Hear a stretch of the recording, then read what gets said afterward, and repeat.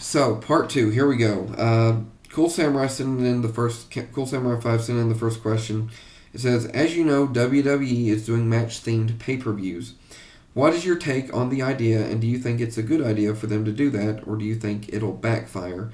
With the first one that they had, the Breaking Point, it wasn't as good because I think they were still trying to figure out a lot of things as far as it goes with how the matches were going to be. Was it going to be every match on the pay per view submission match? Was it going to be just the title matches? Was it just going to be certain matches that weren't title matches? It did that in the Hell in the Cell pay per view.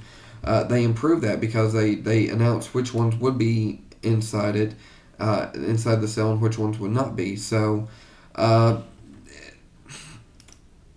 personally, I don't think it's, with the exception of one that they're talking, they've got up in the air right now. They've tossed around War Games, and if it's the War Games that we're thinking of, the old WCW War Games, then I think that would be a good idea to bring it back for just a specific pay per view, specific time of year. Because I really liked the War Games match. It was a good match, but overall, just the TLC pay per view, like an entire TLC pay per view, and just certain ones like that. No, it's not that great of an idea because.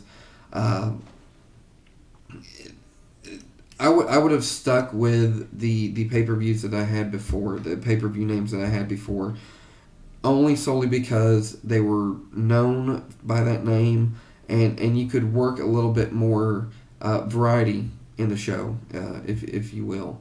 So overall, I think the with the exception of the possible War Games pay per view, it's not that great of an idea. So that's just me.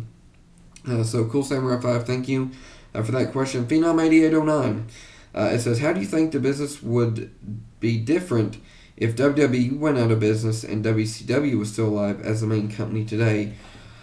That would be an interesting twist, and you can have yours, woulda, shoulda, coulda, what if this had happened, what if that had happened. It's really hard to say.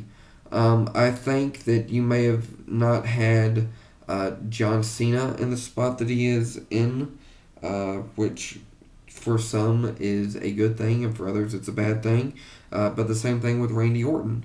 I think you may have had, though, on the other hand, you may have had a continuation of younger guys being pushed, and I'm guessing or assuming that you're also meaning if WWE was in the situation that sent WCW out of business, and vice versa. So, I think that we would have seen more from. I don't know if Rey Mysterio.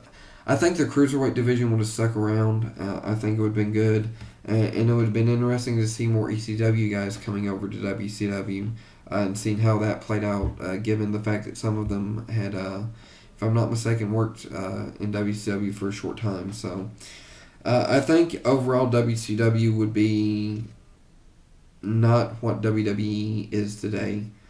It would been.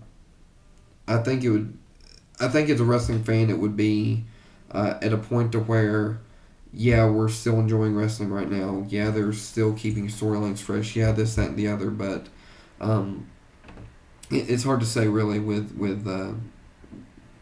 it not really happened in real life. So, but it's always good to dream. So thank you for that question, Phenom 8809.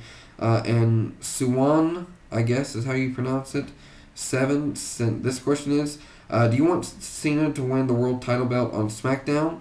And do you think SmackDown will be the number one show with him on there for good? So apparently, according to Suwan 7, it looks like John Cena is going to lose.